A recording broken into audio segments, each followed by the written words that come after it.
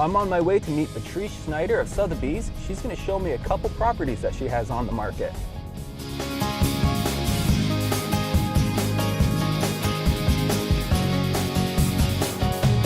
Hey Patrice, nice to meet you. Good to see you, Tim. How's it going? Doing well. So I thought you had a house to show me. Not right now. What we're doing is we're looking at some raw land. We're right here on Carinthia Mountain. You got ski on, ski off. Oh, no kidding. So what are the specs? So you've got 0.3 acre here, a little over 1/4 of an acre, and it's listed at $475. You really don't find ski on, ski off properties around here. So if I were trying to sell this property, what are some steps I could do beforehand to ensure a quicker sale?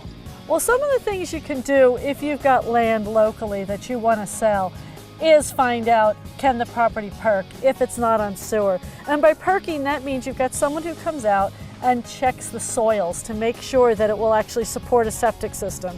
You also want to understand what your setbacks are, how close you are to neighboring properties, and if that's going to affect how a septic system can be put in, as well as a well system. Another thing that you want to know about is your boundaries. Not everything in the state of Vermont is surveyed by any stretch of the imagination. You know, it goes, from Granny's old rock to the tree where we used to hang the laundry. Those are the types of markers that a lot of the old deeds actually still reference. It's always a good idea to actually understand your boundaries. Now you can do a survey, and as I said, not a lot of properties around here are surveyed. You can do a survey, or you can just get the deed, read it, and go out and try and mark it, or just have a good understanding.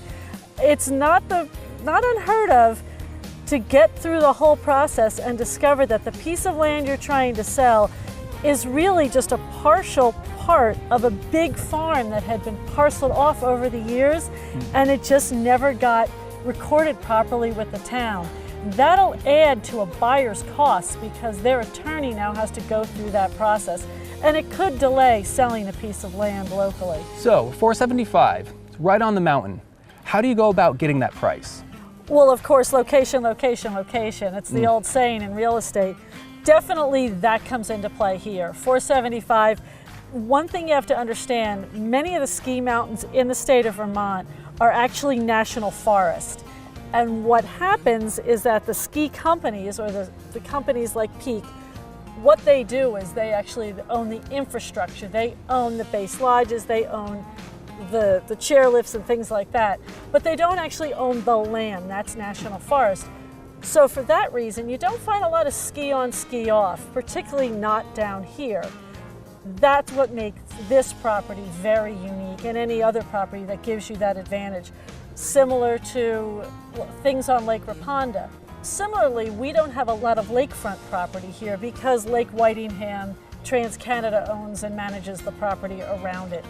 So when you get something that's really different, something with an incredible view, something that's ski on, ski off, something that's water frontage.